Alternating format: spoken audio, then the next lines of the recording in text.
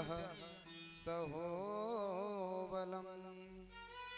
सबको बल देने वाले, सबको प्राण देने वाले, सर्वभूत हृदय व्यापी आप ही परमपिता परमेश्वर हैं। कृपा करें प्रभु। भगवान को प्रणाम किया। भगवान ने कहा कि मैं मणि की खोज में निकला था, सो मणि तुम्हारे बालकों के पास, तुम्हारी पुत्री के पास देखा, सो वही मणि लेकर के इस मणि को मैं राजा सत्राजित को दूंगा, जिससे मेरा कलंक दूर होगा। जामवंत जी ने कहा प्रभु केवल मणि ही नहीं, मणि के साथ साथ मैं आपको अपनी पुत्री को भी सौंपता हूं। इत्युक्तः स्वां दुहितरं कन्यां जाम्बवतीं मुदा। जाम्बवती को और मणि को सौंप दिया जामवंत जी ने। इस प्रकार से ये भगवान का कैसरा विवाह है, दूसरा विवाह लेकर के आए। मणि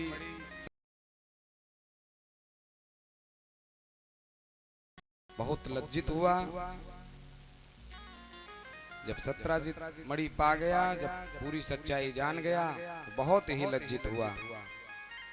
और सत्राजित ने कहा कि प्रभु इस मणि को आप अपने ही पास रखें। भगवान ने कहा राजन, मणि मैं अपने पास नहीं रखूंगा, परंतु जो मणि से धन होगा, 80 भार जो सोना प्रतिदिन देती है, वह स्वर्ण आप पहुंचा दिया करें। और सत्राजित ने निवेदन किया कि प्रभु आप हमारी पुत्री के साथ विवाह करें, और अपनी पुत्री सत्यभामा का विवाह कृष्ण के साथ किया। सो ये हुआ भगवान का तीसरा विवाह। भगवान ने चौथा विवाह कालिंदी से किया। अर्जुन को लेकर के भगवान जा रहे थे यमुना पुलिन पर। एक तेजस्विनी कन्या तप में रत थी। भगवान ने अर्जुन को भेजा कि जाओ देखो अर्जुन ये कौन है। अर्जुन जी आते हैं, पूछते हैं देवी आप कौन हैं। सुकालिंदी ने कहा कि अहम देवस्य सवितुर दुहिता पतिमिक्षति विष्णुं वरेण्यं वरदं तपः परममास्थिता। मैं भगवान सूर्य देव की पुत्री, मैं सर्वश्रेष्ठ वरदानी भगवान विष्णु को, भगवान कृष्ण को पति रूप में प्राप्त करना चाहती हूँ, इसलिए ये कठोर तपस्या कर रही हूँ। अर्जुन ने भगवान की तरफ इशारा किया कि प्रभु यहाँ मेरा कोई काम नहीं, आप ही आइए। और इस प्रकार से भगवान ने पाणी ग्रहण किया। किसका? कालिंदी का। ये हुआ भगवान का चौथा विवाह। पांचवा विवाह भगवान का लक्ष्मणा के साथ हुआ।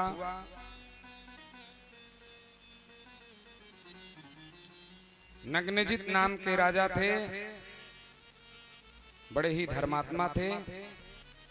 उनके पास भगवान गए, भगवान का बड़ा ही दिव्य स्वागत किया उन्होंने। परंतु उनका अपना एक प्रण है। प्रण क्या है कि जो दुर्दांत बैलों को नाथ देगा, उन्हीं से अपनी पुत्री का विवाह करेंगे। भगवान ने उन दुर्दांत बैलों को नाथा और सत्या के साथ विवाह किया। इस प्रकार से ये भगवान का छठा विवाह। सातवां विवाह भगवान ने भद्रा के साथ किया, और आठवां विवाह भगवान ने मृत वृंदा के साथ किया। और इस प्रकार से राजन भगवान के 8 विवाह संपन्न हुए। 16,100 विवाह भगवान ने एक साथ किया। भौमासुर नामक दैत्य देवता बहुत ही त्रस्त हैं उनसे। भौमासुर नामक दैत्य से सारे देवता भगवान की शरण में जाते हैं। भगवान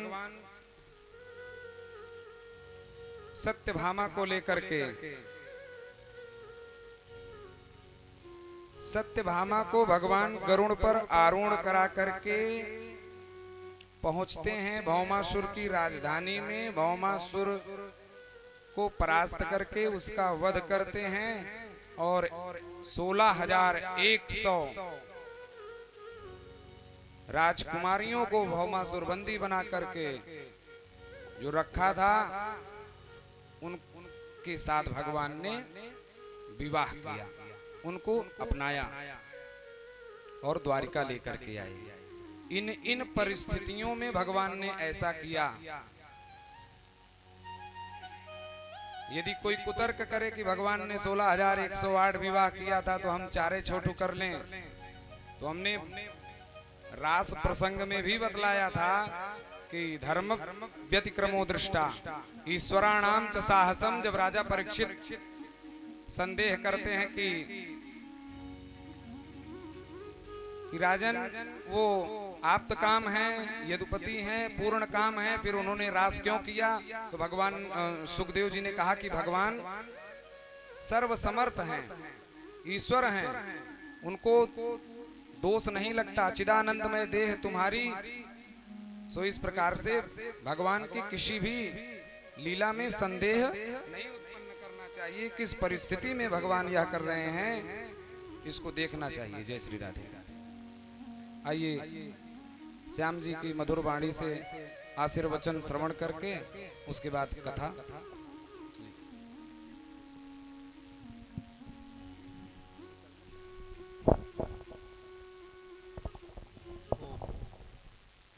श्री राधे। ओम विश्वानि देव सवितर्दुरितानि पराशुभ यद भद्रं तन्नया शुभ। ओम यां मेधां देवगणः पितरश्च उपासते तया मा मध्यमेधय अग्निमेधाविनं कुरु। ओम व्यासपीठ पर विराजमान व्यास स्वरूप पूजनीय आचार्य सत्यानंद जी महाराज, आचार्य गण, वैदिक विद्वान गण, आज कथा के इस विश्राम दिवस पर बहुत ही दिव्य और सुंदर कथा को श्रवण करने का लाभ हमको भी प्राप्त हुआ है। और प्रयास तो मैं कई दिनों से कर रहा था, लेकिन समय अभाव होने के कारण आ नहीं पाया। लेकिन आज प्रभु की कृपा हुई और आप लोगों के मध्य हम उपस्थित हो पाए हैं।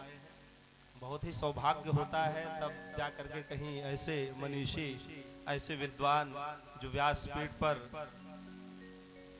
सुखदेव के समान शोभायमान हो करके आप सबको अपने मधुर वाणी से सरलता और सहजता पूर्वक आपको कथा को श्रवण करा रहे हैं। आप लोग सौभाग्यशाली हैं, ईश्वर से मंगल कामना है। आपके अंदर दिन प्रतिदिन भगवान की भक्ति बढ़ती रहे। और क्या कहा जाए, अभी भागवत के प्रारंभ में ही कहा गया है, भाग्योदयन बहुजन्म समर्जितेन। जब कई जन्म के पुण्य उदित होते हैं, एक दो जन्म के नहीं। अभी व्यास जी ने बताया ही है, एक दो जन्मों के पुण्य के फल स्वरूप ये संभव ही नहीं हो सकता कि भगवान की कथा को सुनने का मन में संकल्प उत्पन्न हो जाए।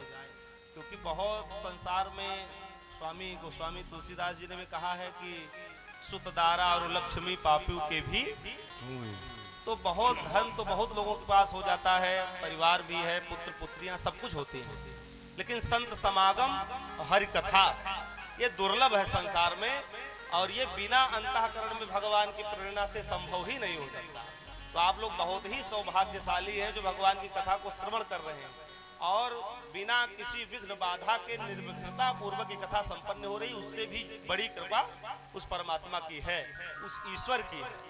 इसलिए बहुत ज्यादा कुछ न कहते हुए केवल भगवान के चरणों में 4 पंक्ति प्रस्तुत करते हुए अपनी वाणी को विराम देंगे कि भगवान इतने करुणा वरुणालय हैं, इतने भक्तवांछा कल्पतरु हैं कि वो 56 प्रकार के व्यंजनों को भी त्याग करके और विदुरानी की कुटिया में पहुंच करके केले के छिलकों को खा करके अपने उदर की पूर्ति कर लेते हैं और कहते हैं विदुर से कि जो आनंद केले के छिलके में हमको प्राप्त हुआ, वो दुर्योधन के 56 प्रकार के व्यंजन को भी मैं त्याग करके चलाया। यशोदा के माखन मिश्री में भी वो आनंद नहीं मिला जो विदुरानी के केले के छिलके में मिला। तो हमारे एक बड़े सुंदर कवि हैं, उन्होंने 4 पंक्ति लिखा है, सुपूजन शुक्ला ने, कि काली कमली में वो लकुटी में मिले और वृंदावन की सघन झुरमुटी में मिले। भोग 56 अहंकार का त्याग कर, भोग 56 अहंकार का त्याग कर, मेरे माधव विदुर की कुटी में मिले। ये युगल मूर्ति हर पल निहारा करूं, इनके चरणों में तन मन में वारा करूं। जब तलक सांस मेरी चले है प्रभु, बस कन्हैया कन्हैया पुकारा करूं, बस कन्हैया कन्हैया पुकारा करूं। और वास्तव में जीवन की यही सत्यता है, चाहे प्रारंभ में और चाहे लास्ट में, अंत में आना उसी ईश्वर की शरण में ही है, मुक्ति वहीं मिलेगी, चाहे जितना संसार में भटक लेंगे। इसलिए ऐसे मार्गदर्शक करने वाले गुरु आपको प्राप्त हैं, जो आचार्य जी व्यासपीठ पर बैठे हुए हैं और कथा को श्रवण करा रहे हैं। आज 7वां दिवस है। इनके द्वारा कथा को सुन करके और भगवान के प्रति अनुराग बढ़ाइए, प्रेम बढ़ाइए। समय अभाव होने के कारण हमें भी कुछ आवश्यक कार्य है, इसलिए चलना पड़ रहा है। बहुत बहुत धन्यवाद, बहुत बहुत मंगल कामना, बहुत बहुत श्री राधे। बहुत बहुत धन्यवाद महाराज जी। जय जय सीताराम। तो भगवान की किसी लीला को, किसी भी लीला पर संदेह नहीं करना चाहिए, क्योंकि धर्मम व्यतिक्रमो दृष्टा ईश्वराणाम च साहसम। भगवान सब कुछ करने में समर्थ है। एक साथ एक मुहूर्त में भगवान ने 16,100 स्वरूप प्रकट किए और 16,100 राजकुमारियों के साथ विवाह किया। अथो मुहूर्त एकस्मिन नानागारी सुताश्रिया। इस प्रकार से भगवान के 16,108 विवाह हुए। सुखदेव जी कहते हैं, राजन, जिस प्रकार से भगवान के विवाह हुए उसी प्रकार से उनके पुत्र पौत्र आदि के भी विवाह हुए। भगवान की संतति का वर्णन करते हुए सुखदेव जी महाराज कहते हैं कि अनिरुद्ध का विवाह रुक्मी की पौत्री के साथ हुआ, तो उसी में रुक्मी मारा गया। कैसे? विवाह मंगल चल रहा था, दाऊ भैया को द्यूत के लिए रुक्मिणी ने कहा, आओ दो हाथ द्यूत हो जाए, पासा हो जाए।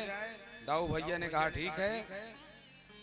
दाऊ भैया ने 10,000 स्वर्ण मुद्रा दांव पर लगाई और इस बार हार गए। जो अन्य राजा थे वो दांत दिखा करके, कलिंग देश के राजा इत्यादि दांत दिखा करके हंसने लगते हैं, तो हारने वाले को प्रायः क्रोध बहुत आता है। इसके बाद दाऊ भैया पुनः द्यूत पर 1,00,000 स्वर्ण मुद्राएं दांव पर लगाते हैं और इस बार जीत जाते हैं। परंतु रुक्मी कहता है कि नहीं, हम जीते। तो इस रुक्मी जब हट कर लेता है कि हम जीत रहे हैं, तो दाऊ भैया ने कहा कि चलो जाने दो, क्योंकि दाऊ भैया को उतना पासे का ज्ञान है नहीं। हिलने का शौक है परंतु ज्ञान उतना नहीं है। इस बार दाऊ भैया ने 10 करोड़ मोहरों को दांव पर रखा और जीत गए। परंतु फिर रुक्मी ने कहा कि नहीं, मैं जीता हूं। सुव्योमवाणी हो गई। आकाशवाणी को सत्य माना जाता है बंधुओं। नारद जी को भी आकाशवाणी हुई थी ना कि सत्संग करो और वो कोई संत बताएगा। तो व्योमवाणी हुई कि धर्म तो वचने नैव रुक्मी वदति वै मृषा। आकाशवाणी ने कहा कि ये रुक्मी झूठ बोल रहा है, इस बार जीत बलराम जी की हुई है। बलराम जी प्रसन्न हो जाते हैं और कहते हैं रुक्मी अब तो मानोगे कि मैं जीत रहा हूं? आकाशवाणी की बात को मानोगे कि उसको भी नहीं मानोगे? अब रुक्मी लगा देने गाली भगवान को, बलराम जी को, शंकरषण भगवान को गाली देने लगा कि तुम बन बन गाय चराने वाले बनगोचर, तुम द्यूत खेलना तो राजाओं महाराजाओं का काम है, तुम कब से द्यूत खेलने लगे? नहीं बात छको विदायूयम गोपाला बनगोचराहा, बन बन गायों को चराने वाले तुम्हारी औकात नहीं है द्यूत खेलने की। अब इतना अपमान बलराम जी से कहां सहन हो सकता है। उठाए मूसल और जम दिए, एक मूसल मारा, रुक्मी का गोविंदाय नमो नमः हो गया। और भगदड़ मच गई। जब रुक्मी को बलराम जी ने मारा तो भगदड़ मच गई, सारे राजा भागने लगे। बलराम जी ने कहा रुको, दांत दिखा करके बहुत हंस रहे थे ना, थोड़ा सा प्रसादी तुम भी ले लो। दौड़ा दौड़ा करके एक एक को पकड़ के जो मुक्के का प्रहार किया, सब के दांत गिर पड़े। अब विवाह हो रहा था, विवाह के बीच में ही भगवान कृष्ण के साले को बलराम भैया ने मार दिया। और मीडिया वाले भी ऐसे लोगों के पास पहुंचते हैं जो कुछ भी बोलने की स्थिति में ना हो। सब भगवान के पास पहुंच गए, बोले कि ये बताइए कि आपके बड़े भाई ने आपके साले साहब को मार दिया, इस पर आपकी क्या प्रतिक्रिया है? भगवान कुछ क्या बोलें? यदि ये कहें कि बहुत अच्छा किया, रुक्मी को मार दिया, बहुत बड़बड़ बोल रहा था, गाली दे रहा था, अच्छा किया मार दिया, तो रुक्मिणी जी नाराज हो जाएंगी। और ये कहूं कि विवाह का इतना बढ़िया मंगल उत्सव चल रहा था, रुक्मी को मार के दाऊ जी ने विवाह में विघ्न डाल दिया, तो दाऊ भैया नाराज हो जाएंगे। तो भगवान क्या करें कि दोनों प्रसन्न हो जाएं? रुक्मिणी बलयो राजन स्नेह भंग भयाधरि। सुखदेव जी कहते हैं राजन भगवान कुछ बोले ही नहीं। और इस प्रकार से अनिरुद्ध का विवाह संपन्न हुआ, परंतु उसमें रुक्मी मारा गया। राजन अनिरुद्ध का एक विवाह और हुआ, जिसमें भगवान शंकर और कृष्ण दोनों का भयंकर युद्ध हुआ। परीक्षित कहते हैं गुरुजी, भगवान शिव परम वैष्णव हैं, राम नाम प्रभावम तु जानाति गिरिजापतिम।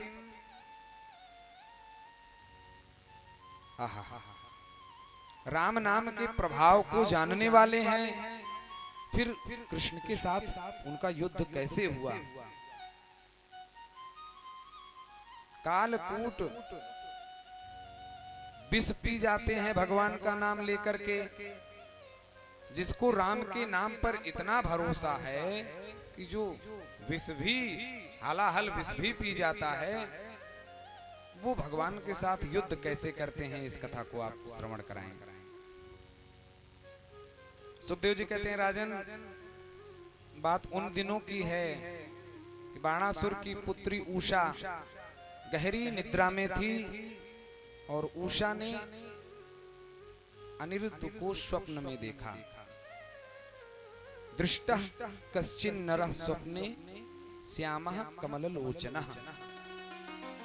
और अनिरुद्ध जी को देखती हैं, आलिंगन करना ही चाहती हैं कि इतने में नींद खुल जाती है। और नींद खुल जाती है तो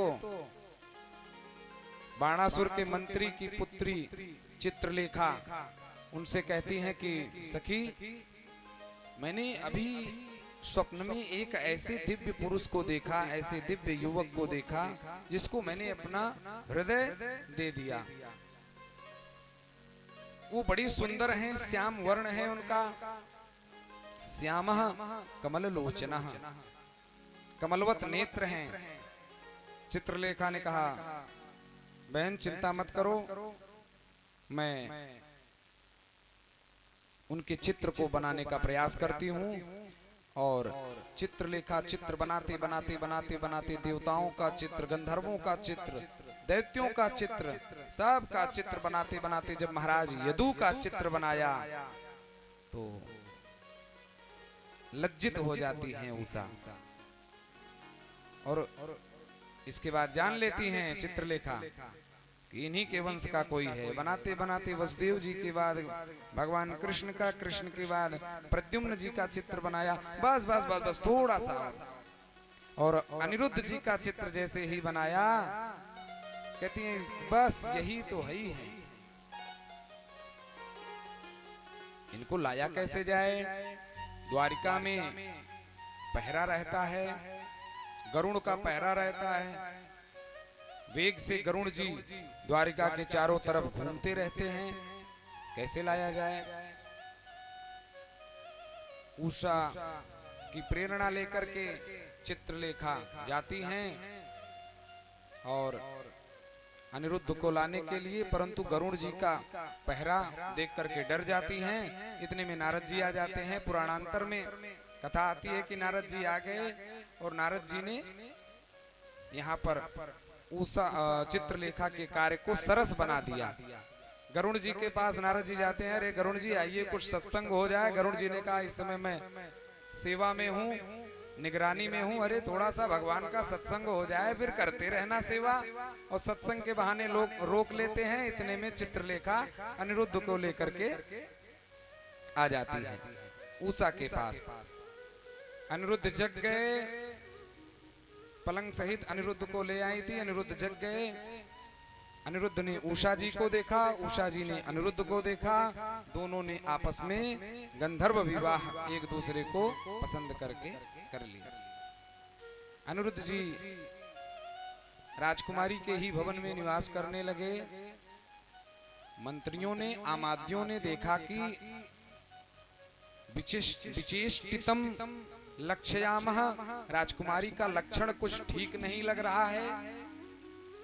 जाकर के राजा से कहा, राजन पहरा तो हम लोग बराबर देते हैं, राजकुमारी के भवन में पुरुष प्रवेश वर्जित है और इसमें कोई संदेह नहीं है कि हम लोग बराबर पहरा देते हैं, परंतु विचेष्टितम लक्ष्यामः, कन्या का लक्षण ठीक नहीं लग रहा है, राजकुमारी का लक्षण ठीक नहीं लग रहा है। कन्यायाः कुल दूषणम, वो आपके कुल को दूषित कर रही है। आप देखिए बाणासुर आए तो क्या देखते हैं कि उषा के भवन में अनिरुद्ध को जब देखते हैं तो भयंकर क्रोध में आकर के अनिरुद्ध जी से युद्ध करने के लिए दौड़ते हैं। अनिरुद्ध जी ने भी युद्ध किया। अंत में बाणासुर अनिरुद्ध को कारागार में डाल देते हैं। इधर नारद जी भगवान के पास पहुंचे, प्रभु प्रणाम, क्या सर समाचार है। भगवान ने कहा सब ठीक है ठाक है, अपना बताइए नारद जी। हमारा भी सब ठीक है प्रभु, कुछ दिनों से अनिरुद्ध नहीं दिखाई पड़ रहा है। भगवान ने कहा अनिरुद्ध कुछ दिनों से गायब है, कहीं घूमने टहलने के लिए गया है, कहाँ गया है कुछ पता नहीं लग रहा है।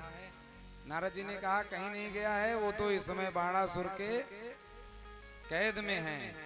जब भगवान ने ये सुना तो सब यदुवासी, यदुनंदन भगवान और सारे यादवों को लेकर के, दल बल लेकर के, अक्षौहिणी सेना लेकर के आक्रमण करने के लिए दौड़ते हैं बाणासुर के ऊपर।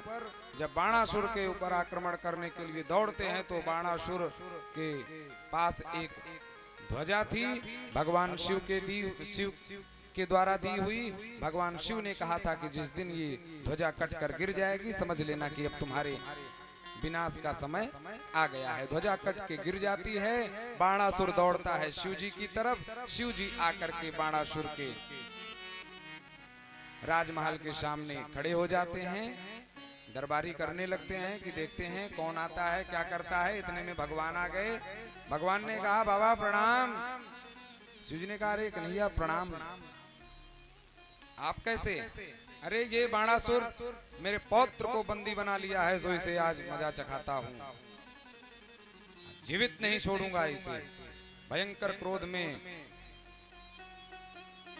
भरे हुए हैं बलराम जी, कृष्ण भगवान सब क्रोध में भरे पड़े हुए हैं। परंतु शिव जी ने कहा कि प्रभु क्या बताएं, ये बाणासुर मेरा परम भक्त है और इसकी रक्षा करने का दायित्व तो मैंने लिया है, इसलिए रक्षा कर रहा हूँ। नहीं बाबा, आप सामने से हट जाइए, इसे मैं जीवित नहीं छोड़ूंगा। प्रभु आज तो आपको मुझसे युद्ध करके ही जाना पड़ेगा। अब क्या था, युद्ध प्रारंभ हो गया, घमासान युद्ध प्रारंभ हुआ, जिसको देखकर देवताओं के भी रोंगटे खड़े हो गए। कृष्ण का युद्ध भगवान शंकर के साथ हुआ। प्रद्युम्न ने कार्तिकेय जी को संभाल लिया, युद्ध किया कार्तिकेय जी के साथ। बलराम जी कुंभांड कुंभकर्ण का युद्ध, इनके साथ बलराम जी का युद्ध हुआ। कुंभकर्ण का भयंकर युद्ध प्रारंभ हुआ। जब इस प्रकार से भयंकर युद्ध प्रारंभ हुआ, ब्रह्मा जी ने आकर के समझाया कि क्या आज ही प्रलय करने का विचार बना लिया है आप दोनों ने। ज्वर को छोड़ा भगवान ने, ऐसे बाणों का प्रहार किया कि बाबा मूर्छित हो गए। बाणासुर युद्ध करने के लिए आया, 1000 हाथों से बाणासुर युद्ध करने के लिए उद्यत हुआ। 500 हाथ में धनुष और एक एक धनुष पर 2-2 बाण चढ़ाता है। 1000 बाण एक साथ भगवान के ऊपर छोड़ता है। भगवान ने सुदर्शन से बाणासुर के हाथों को काटना प्रारंभ किया कि उसकी दाई मां आ जाती हैं, कोटरा नाम की दाई मां होती हैं, वो आ जाती हैं, निर्वस्त्र होकर के भगवान के सामने खड़ी हो जाती हैं। भगवान अपना मुख फेर लेते हैं, बाणासुर प्राण बचा करके भाग जाता है। इस प्रकार से कई दिन तक युद्ध चला। बाणासुर प्राण बचा बचा करके भाग जाता है। इस बार भगवान ने अपना ज्वर छोड़ा, शिव ने अपना ज्वर छोड़ा। अंत में वैष्णव ज्वर ने माहेश्वर ज्वर को परास्त किया और माहेश्वर ज्वर वैष्णव ज्वर की स्तुति करने लगते हैं। इस ज्वर का इस जो माहेश्वर ज्वर है, जो स्तुति है, इसका पाठ करने से यदि किसी को बहुत बुखार है तो ज्वर माने बुखार, वो बुखार की पीड़ा शांत हो जाती है उसकी।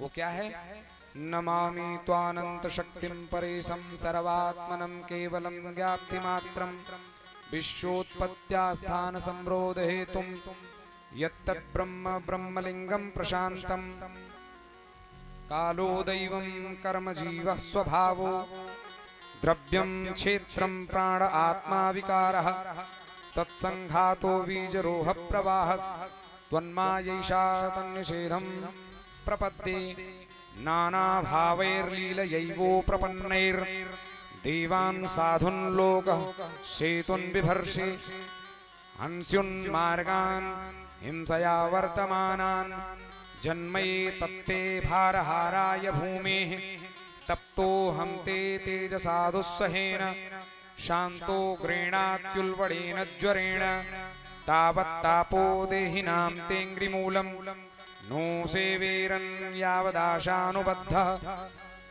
बद्धाः नो सेवेरन् यावदाशानुबद्धाः। इस प्रकार से बड़ी दिव्य स्तुति करते हैं। कहते हैं प्रभु आपकी शक्ति अनंत है, ब्रह्मादिक ईश्वर के भी आप परमेश्वर हैं। सर्वात्मनं केवलम ज्ञाप्ति मात्रम, सभी भूत प्राणियों के स्वामी हैं। विश्वोत्पत्त्या, विश्व की उत्पत्ति स्थिति सृजन के आप मूल हेतु हैं। यत्तत् ब्रह्म ब्रह्मलिंगम प्रशांतम, आप परब्रह्म हैं, आपको हम प्रणाम करते हैं। हे प्रभु मैं आपकी शरण ग्रहण करता हूं। आप अपनी लीला से अनेक रूप धारण कर लेते हैं। नाना भावैर लील यैवो प्रपन्नैर, और लीला धारण करके साधु तथा लोक मर्यादा का पालन पोषण करते हैं। दीवान साधुन लोक हंसुन विभर्ष, असुरों का संहार करते हैं। आपका यह अवतार पृथ्वी के भार को उतारने के लिए ही हुआ है प्रभु। जन्मय तत्ते भार हाराय भूमि, आपका यह अवतार पृथ्वी के भार को उतारने के लिए ही हुआ है। परित्राणाय साधूनाम विनाशाय च दुष्कृताम धर्म संस्थापनार्थाय संभवामि युगे युगे। इस प्रकार से बड़ी दिव्य स्तुति करते हैं और कहते हैं प्रभु ये आपके द्वारा जो छोड़ा हुआ ज्वर है इससे हमारा शरीर जल रहा है।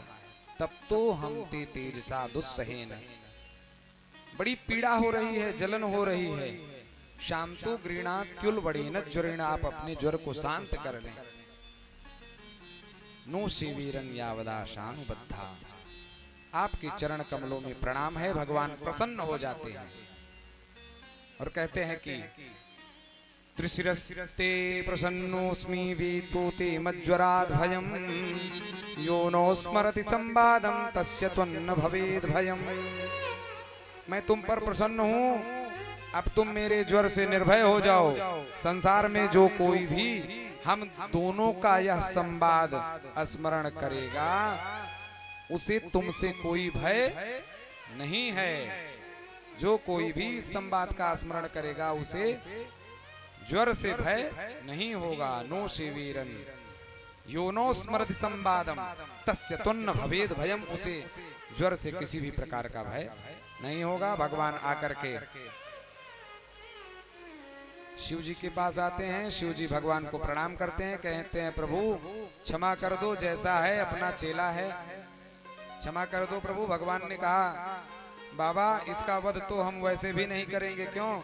क्योंकि प्रहलाद के पुत्र विरोचन, विरोचन के पुत्र बलि, बलि के पुत्र बाणासुर, हाँ? और मैंने प्रहलाद को वचन दिया है कि तुम्हारे वंश में जो कोई भी उत्पन्न होगा उसका वध नहीं करूंगा। बाणासुर अपनी पुत्री उषा को लेकर आया, अनिरुद्ध के साथ पाणी ग्रहण किया, विवाह किया। अनिरुद्ध ने उषा का पाणी ग्रहण किया, धूमधाम से विवाह किया और विदा किया। इस प्रकार से भगवान के पुत्र पौत्र का भी विवाह हुआ, जिस प्रकार से भगवान का हुआ। यैवं कृष्ण विजयं शंकरेण च संयुगं संस्मरेत् प्रातरुत्थाय न तस्य स्यात् पराजयः।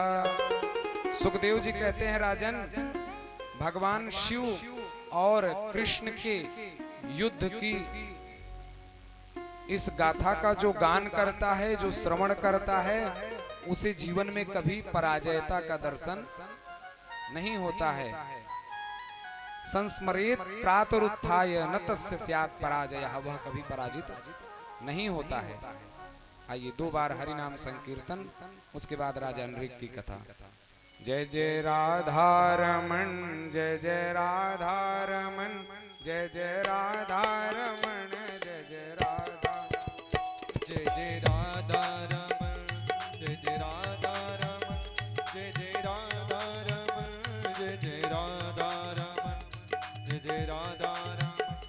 जय राधा रमण, जय जय राधा रमण, जय जय राधा रमण, जय जय राधा रमण, जय जय राधा रमण, जय जय राधा रमण, जय जय राधा रमण, जय जय राधा, जय जय राधा रमण, जय जय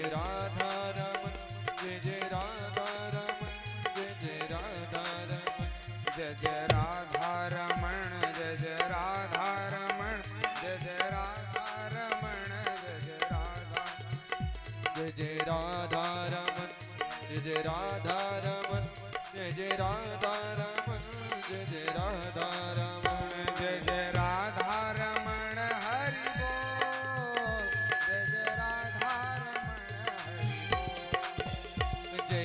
राधा रमण हरि बोल, जय जय राधा रमण हरि बोल, जय जय राधा रमण हरि बोल, जय जय राधा रमण हरि बोल, जय जय राधा रमण हरि बोल, जय जय राधा रमण हरि बोल, जय जय राधा रमण हरि बोल, जय जय राधा रमण हरि बोल, जय जय राधा रमण।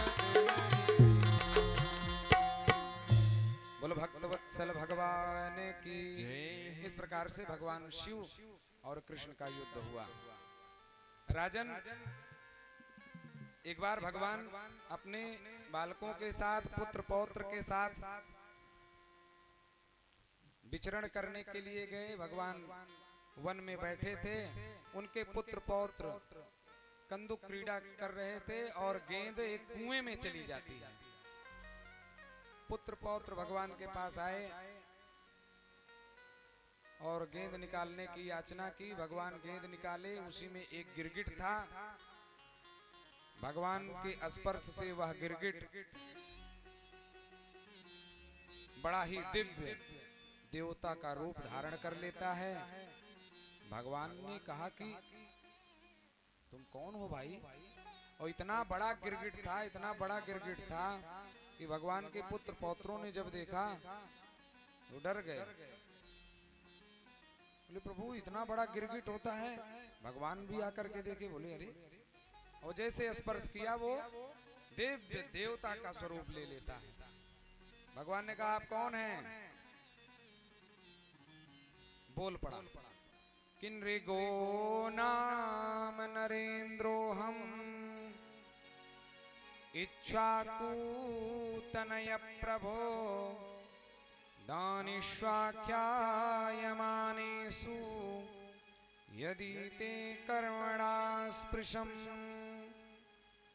हे प्रभु, यदि आपने दानियों में किसी का नाम श्रवण किया होगा तो उसमें से पहले लिस्ट में मेरा नाम आता है नृग। मैं राजा नृग हूं। नृगो नाम नरेंद्रो हम, नरों में नरेंद्र हूं। जरा शब्द शैली देखिए। सुखदेव जी कहते हैं राजन, नृग की शब्द शैली तो देखिए। कहता है कि नृगो नाम नरेंद्रो हम, मैं नरों में नरेंद्र नृग हूं। यदि दानियों में आपने किसी का नाम सुना होगा तो उसमें एक नाम मेरा भी आता है। मैं इक्ष्वाकु का पुत्र नृग हूं। मैंने बहुत दान दिया है। भगवान ने कहा क्या दान दिया है? मैंने गायों का बहुत दान दिया है। कितनी गायें दी हैं भैया आपने? 1000, 2000, लाख, 2 लाख, 10 लाख? मुस्कुराने लगता है, कहता है कोई गिनती नहीं है। यावत्यासिकता भूमिर्यावत्यो दिवितारकाः। पृथ्वी में जितने धूलि के कण हैं उनको गिनना संभव है। आकाश से वर्षा की बूंदों को गिनना संभव है। आकाश मंडल में जितने तारागण हैं उनको गिनना संभव है। परंतु यावत्यो वर्षधाराश्च तावतीर ददाम स्म गाः। मैंने इतनी गायें दान की हैं कि उसको गिन पाना, उसकी गणना कर पाना संभव नहीं है, असंभव है। भगवान ने कहा तो 8 बाज गैया देते होगे दान में, अच्छी गायें नहीं देते होगे? बोले नहीं, 8 5 गाय नहीं देता था। पयस्विनी, पय माने दूध, दूध से युक्त गाय देता था, दूध देने वाली गाय देता था। जो गाय दूध देती थी ऐसी गायों का दान में करता था। और मरकही भी नहीं थी, हैं? मारने वाली भी नहीं थी वो। पयस्विनी तरुणी, सीधी साधी, शील रूपा, परम शीलवान तरुणी थी। एक बार ब्याई हुई गाय का मैदान करता था। पयस्विनी तरुणी एक बार ब्याई हुई गाय का दान वत्स के सहित करता था। और ऐसे नहीं करता था, गुणोपपन्नाः कपिला हेम श्रृंगी। सिंह में सोना जड़ा करके, खुर में चांदी मिढ़ा करके दान करता था। भगवान ने कहा भैया जब इतना ही दान तूने किया है तो ये गिरगिट की योनि में क्यों चला गया? बोला प्रभु क्या बताऊं। एक बार मैंने एक ब्राह्मण को गाय दी। ब्राह्मण गाय लेकर के जा रहा था कि उसी ब्राह्मण को रास्ते में एक और ब्राह्मण मिलता है और दोनों ब्राह्मण आपस में झगड़ने लगते हैं।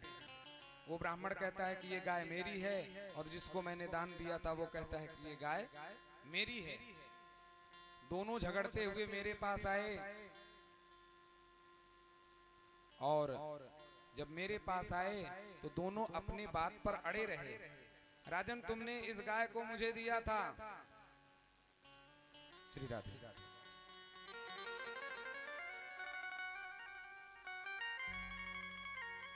इस गाय को तुमने मुझे दिया था और ये ब्राह्मण देवता कह रहे हैं कि ये गाय मेरी है और वो ब्राह्मण देवता कह रहे हैं कि नहीं, ये गाय मेरी है।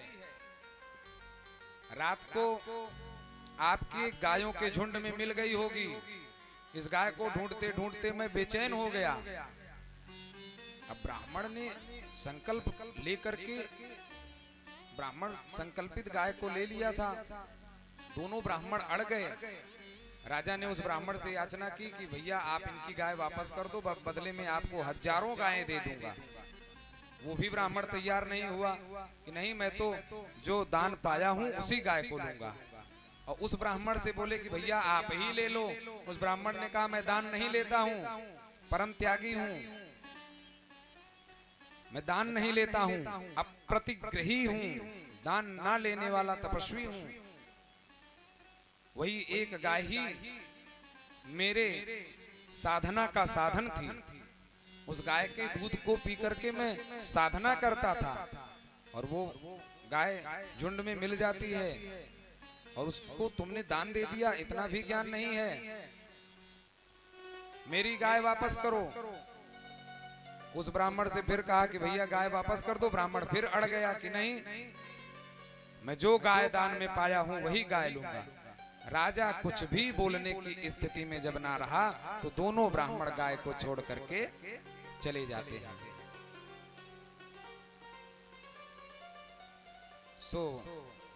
इस अपराध के कारण मैं गिरगिट बना। यदि राजा नृग ने अपने गोदान रूपी पवित्र कर्म का भार भगवत चरणारविंद में निवेदित कर दिया होता, समर्पित कर दिया होता, तो गिरगिट बनने की नौबत नहीं आती। इससे शिक्षा लेनी चाहिए। जो कार्य करो, अनेन गायत्री जप कर्मणा सर्वांतर्यामी श्रीमन नारायण प्रियताम नमः। जप भी करो तो भगवान के चरणों में अर्पित कर दो। अनेन पूजन कर्मणा श्रीमन नारायण प्रियताम नमः, अथवा श्री सीताराम को अर्पण कर दीजिए, अथवा ब्रह्मार्पणमस्तु, कुछ भी कह दीजिए, अपने पास मत रखिए। श्री सुखदेव स्वामी मंगलाचरण में कहते हैं ना कि तपस्विनो दान परायसस्विना मनस्विनो मंत्र विदस्सु मंगलाः क्षेमं न विन्द्यन्ति विनाय दर्पणं तस्मै सुभद्रास्रवसे नमो नमः। सारी तपस्या, सारी विद्या, सब कुछ भगवत चरणारविंद में निवेदित कर देने में ही बुद्धिमानी है। मलुकदास जी महाराज कहते हैं कि साधो भाई अपनी करनी नाय, साधो भाई अपनी करनी नाय, साधो भाई अपनी करनी नाय, जे करनी का करही भरोसा, जे करनी का करे भरोसा, ते जम के घर जा, ते जम के घर जा, साधो भाई अपनी करनी नाय, साधो भाई अपनी करनी नाय, साधो भाई अपनी करनी। मैं कर रहा हूं इसका कोई अभिमान मत मानो।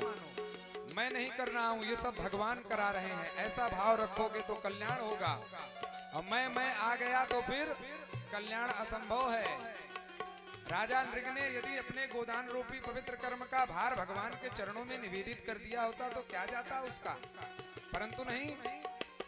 मलुकदास जी कहते हैं, लक्ष्य गऊ दे अन्न खात थे, लक्ष्य गऊ दे अन्न खात थे, राजा नृग से प्यारे, राजा नृग से प्यारे, पुण्य करत और जवा गवाई, पुण्य करत गवाई, ले गिर घट कर डारे, ले गिर घट कर डारे, साधो भाई अपनी करनी ना, साधो भाई अपनी करनी ना, साधो भाई अपनी करनी ना।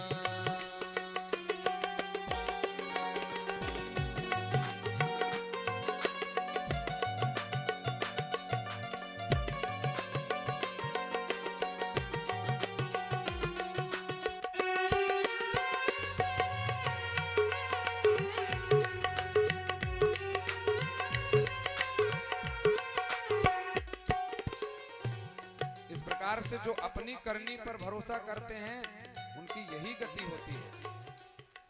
साधो भाई अपनी करनी ना, इन महापुरुषों के पद से शिक्षा लेनी चाहिए, शिक्षा लेनी चाहिए बंधुओं। जो कुछ कर रहे हैं सब भगवान कर रहे हैं। यमराज के पास जब राजा नृग जाते हैं, यमराज ने कहा, ये बताओ पहले पुण्य भोगना चाहते हो कि पहले अपना पाप? कहते हैं कि पहले पाप भोगा दीजिए। पूर्वम तम शुभम भुंक्षे उताहो नृपते शुभम। क्या भोगना चाहते हो, पुण्य की पाप? तो नृग कहते हैं कि पहले पाप ही भोगा दीजिए। सो प्रभु पाप भोगने के लिए कई युगों तक गिरगिट बनकर के इस कुएं में रहा, परंतु आज आपके स्पर्श से मेरा कल्याण हो गया, मैं धन्य हो गया। राजा नृग परलोक चले जाते हैं। अब भगवान अपने बालकों को शिक्षा देने लगते हैं कि पुत्रों देख लो, अनजाने में ब्राह्मण का अपराध कर दिया राजा ने, सो उसे कई युगों तक गिरगिट योनि में रहना पड़ा। हे पुत्रों,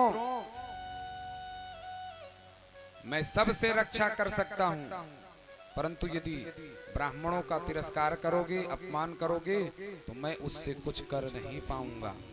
वहां पर मेरा कुछ भी बल पौरुष नहीं चलेगा। मैं हालाहल विष से भी रक्षा कर सकता हूं, अग्नि से भी रक्षा कर सकता हूं, परंतु यदि ब्राह्मण का अपमान कर दिया तो मैं रक्षा नहीं कर पाऊंगा।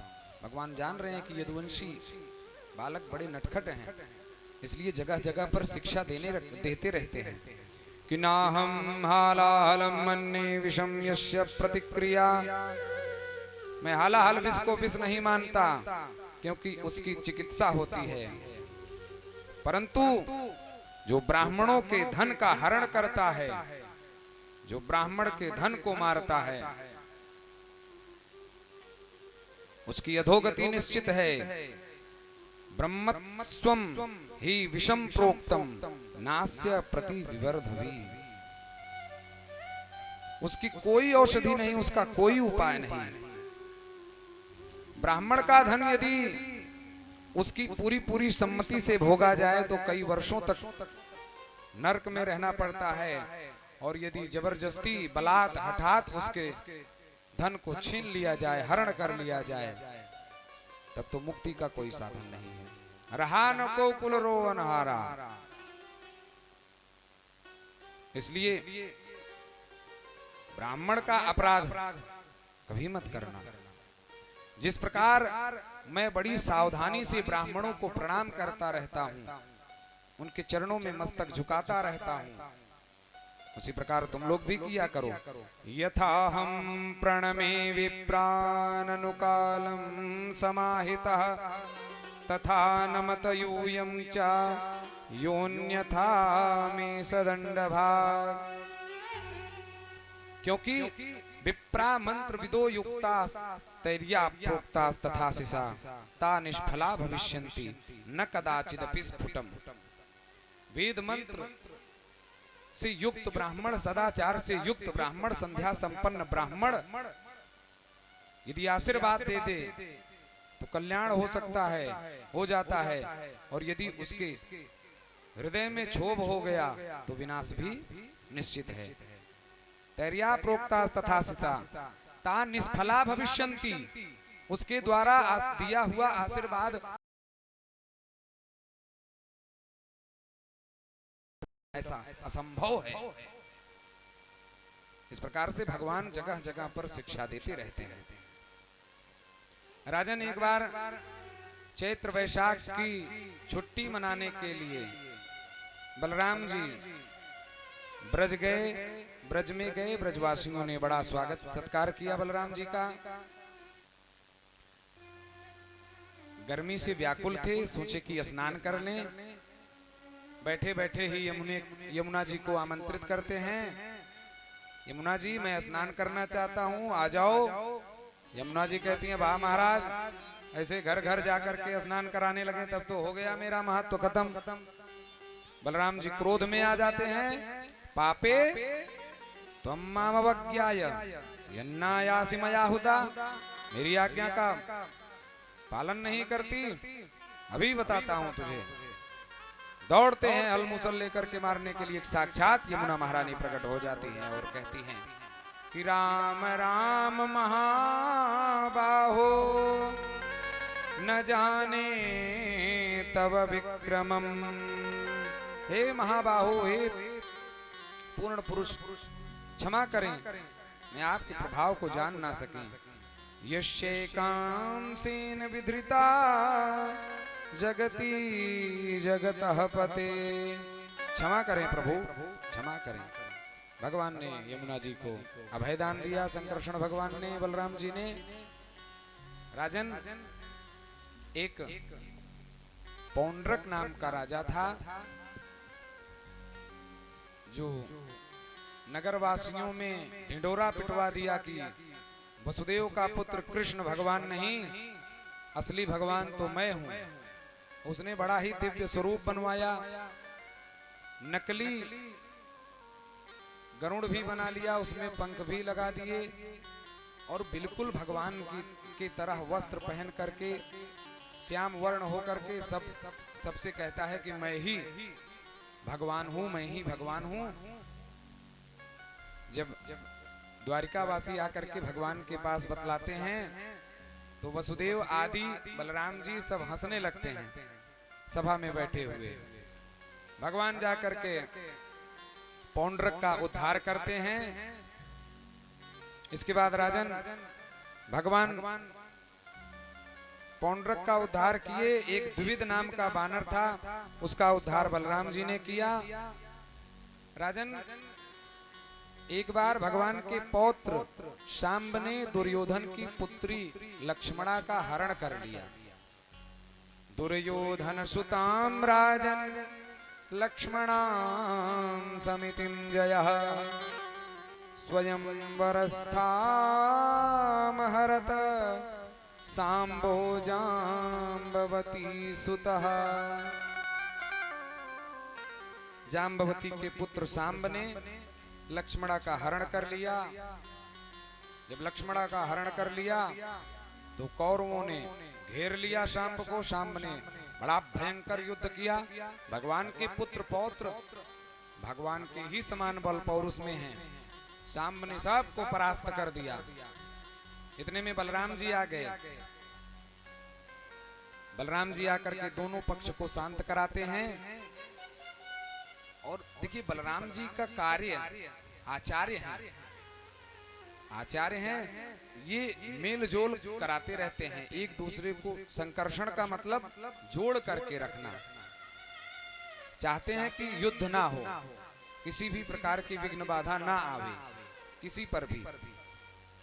कौरवों के पास जाते हैं और कौरवों के पास जाकर के यह प्रस्ताव रखते हैं कि यदि तुम्हारी पुत्री भी सांब को पसंद कर रही है, सांब भी यदि लक्ष्मणा को पसंद कर रहा है, तो एक दूसरे का विवाह करा दो, इसमें कोई हानि नहीं है। जैसे ही बलराम जी ने ऐसा कहा, दुर्योधन भड़क जाता है। क्या बात करते हो, विवाह करा दें, और वो भी तुम्हारे पौत्र के साथ? शर्म नहीं आती ऐसा कहते हुए? कहाँ हस्तिनापुर नरेश की पौत्री और कहाँ तुम यादवों की पौत्र के साथ अपनी पुत्री का विवाह करा दें? जो मेरे ही कृपा छत्र से, कृपा प्रसाद के बल से तुम लोगों का राज्य पाठ चलता है। जब ऐसा कहा दुर्योधन ने, तो बलराम जी भड़क उठते हैं और कहते हैं कि अभी पूरे कौरवों का नाश कर दूंगा। अद्य निष्कौरवीं पृथ्वीं, पूरी पृथ्वी को कौरवों से रहित कर दूंगा। और जब क्रोध में आकर के हल मूसल उठाते हैं, तो दुर्योधन आदि जितने भी कौरव थे सब बलराम जी के चरणों में पड़ जाते हैं और स्तुति करने लगते हैं कि राम राम खिलाधार प्रभावम न विदामते। हे प्रभु क्षमा करें, क्षमा करें, हम लोग मूर्ख हैं, आपके प्रभाव को, आपके स्वभाव को हम समझ नहीं पाए। मूढ़ा नाम नाक बुद्धि नाम छंतुम अर्हस्यति क्रमम, हमारे इस कुकृत्य को क्षमा कर दें। और इस प्रकार से सांब का विवाह लक्ष्मणा के साथ हुआ। एक बार देवर्षि नारद जी द्वारिका में आए कि चलें देखें द्वारिका में ये भगवान अपनी 16,108 पटरानियों के साथ कैसे निवास करते हैं। जब द्वारिका में नारद जी आए, रुक्मिणी के भवन में गए, भगवान रुक्मिणी के भवन में मिले। लक्ष्मणा के भवन में गए, भगवान लक्ष्मणा के भवन में मिले। सत्यभामा के भवन में गए, भगवान वहां भी मिले। 16,108 पटरानियों के भवन में गए, भगवान प्रत्येक जगह मंद मंद मुस्कुराते हुए मिले। भगवान को नारद जी ने प्रणाम किया। प्रभु आपकी लीला आप ही जाने। भगवान की गृहचर्या के बारे में, दिनचर्या के बारे में बड़ा ही दिव्य वर्णन सुखदेव जी महाराज करते हैं कि भगवान कृष्ण प्रातः काल ही जाग जाते हैं, ब्रह्म मुहूर्त में। ब्रह्म मुहूर्त प्रातः काल, सूर्योदय के 2 घड़ी पूर्व अर्थात 4 बजे से ही ब्रह्म मुहूर्त लग जाता है, 2 घंटे पूर्व ही लग जाता है। जैसे हमारे हरिगोविंद सूबेदार भैया जी उठ जाते हैं प्रातः काल ब्रह्म मुहूर्त में, और ब्रह्म मुहूर्त में उठ करके रामायण का बढ़िया दिव्य पाठ करते हैं, एक एक चौपाई पढ़ते हैं, फिर अर्थ लगाते हैं और सुनने में बड़ा आनंद आता है। जैसे ये मुख्य यजमान कथा परीक्षित श्री इंद्रजीत तिवारी जी ब्रह्म मुहूर्त में उठ जाते हैं। प्रातः काल जागने का बड़ा महत्व है। यदि प्रातः काल आप जग गए तो कोई भी कार्य कर सकते हैं। यदि आप ब्रह्म मुहूर्त में उठ गए 3:30 बजे 4 बजे तक, तो आपका 9 बजे तक दोपहर हो जाएगा। और जो 9 बजे उठा सो करके तो किसी काम के लिए गया, एक ही काम में उसका पूरा दिन चला गया। लौट करके कहता है क्या बताएं, बड़ा काम पड़ गया, चले गए थे अयोध्या और अभी लौट करके आ रहे हैं। और जो प्रातः काल उठने वाले हैं वो ब्रह्म मुहूर्त में उठे, और ब्रह्म मुहूर्त में उठने के बाद नित्य क्रिया इत्यादि पूजन पाठ से निवृत्त होकर के जो भी कार्य उनको करना है अपना सब कार्य करके निवृत्त होकर के अपना कार्य भी कर देते हैं, समय भी बचता रहता है और भजन भी करते हैं। और जब मध्याह्न समय में आपका जागरण होगा तो संध्या कब करेंगे, जब कब करेंगे, पूजन कब करेंगे, पाठ कब करेंगे, 9 बजे सो करके उठने वाले कहाँ पूजन कर पाएंगे महाराज। दोपहर हो जाएगा, और जब दोपहर हो जाएगा तो कहेंगे कि जाने दो, क्या पूजा क्या पाठ कल से करेंगे। ये कौरव और पांडव हम सबके शरीर में विद्यमान हैं। किस तरह से? पांडव रूपी सद्विचार ने कहा, मन में विचार किया कि आज से प्रातः काल उठूंगा और भगवान का भजन करूंगा, स्नान करूंगा, ध्यान करूंगा, सेवा करूंगा, मंदिर में जाकर के अर्चन भक्ति को संपादित करूंगा, भगवान के पार्षद को अमनिया करूंगा, भगवान को पर चढ़ी हुई माला को निर्माल्य करूंगा, भगवान के लिए पुष्प चुनूंगा। इस प्रकार की भावना भक्ति जागृत हुई। रात्रि में शयन किए, प्रातः काल अलार्म भी लगा लिया हमने उठने के लिए। अब 5 बजे जैसे अलार्म बजा तो जग गए, उठने का विचार बनाया। पांडव रूपी सद्विचार ने उठने का विचार बनाया, परंतु कौरवों ने कहा कि वे पढ़े रहो बिस्तर पर, उठ के क्या करोगे, थोड़ी देर और सो लो। तो कौरव पक्ष प्रबल हो गया और बिस्तर पर ही पड़े रहने दिया। परंतु जो नियमित निरंतर अभ्यागत गति से यदि किसी कार्य को किया जाए, नहीं हम उठेंगे ही, तो एक ना एक दिन पांडव पक्ष प्रबल हो जाता है और हम समय से सारे कार्य को संपादित करते रहते हैं। समय से भजन करना, समय से पूजन करना, यह सब होता रहता है। इस प्रकार दिव्य दिनचर्या है भगवान की। प्रातः ही जागरण हो जाता है, माता पिता के चरणों में जाकर के प्रणाम करते हैं। प्रातः काल उठ के रघुनाथा मात पिता गुरु नावहि माथा, जिस प्रकार से भगवान राम प्रणाम करते हैं, उसी प्रकार से श्री कृष्ण भी देवकी और वसुदेव के चरणों में नतमस्तक होते हैं, प्रणाम करते हैं। प्रातः काल जग जाते हैं, संध्या संपन्न हो जाते हैं, साधना में रत रहते हैं। इस प्रकार से भगवान की दिव्य लीला, दिव्य दिनचर्या, भगवान की बहुत ही दिव्य दिनचर्या को जब नारद जी ने देखा तो भगवान को प्रणाम करके अपने लोग चले गए। आइए 2 बार हरिनाम संकीर्तन, उसके बाद आरती। सायंकाल के सत्र में आप लोग अधिक से अधिक संख्या में पधारें, क्योंकि अंत भला तो सब भला।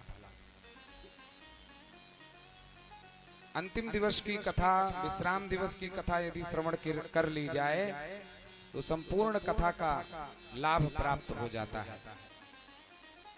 आइए 2 बार हरिनाम संकीर्तन, फिर आरती, और प्रसाद लेकर के ही अपने अपने घर को जाएंगे। श्री कृष्ण गोविंद हरे मुरारी, हे नाथ नारायण वासुदेवा।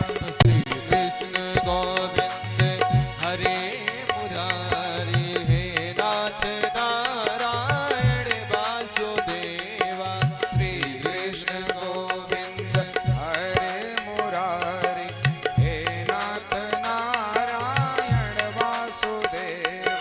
श्री कृष्ण गोविंद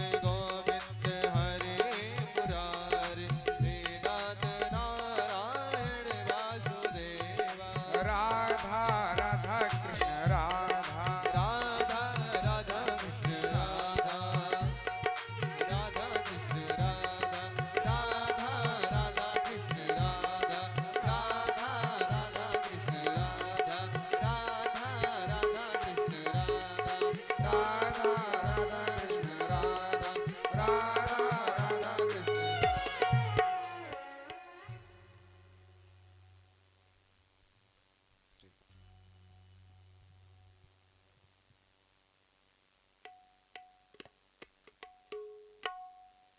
ॐ चन्द्रमा मनशो जातचक्षुः सूर्यो अजायत श्रोत्राद्वायुश्च प्राणश्च मुखादग्निरजायत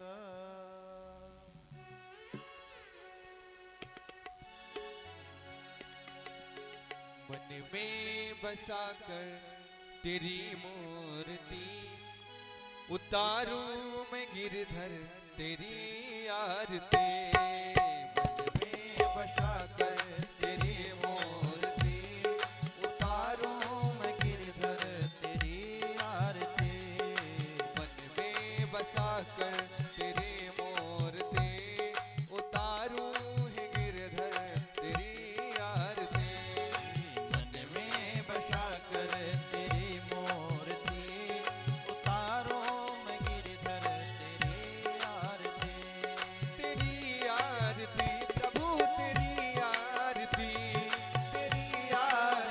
प्रभु तेरी आरती उतारूं है गिरधर तेरी आरती मन में बसाकर तेरी मूर्ति उतारो मैं गिरधर तेरी आरती मन में बसाकर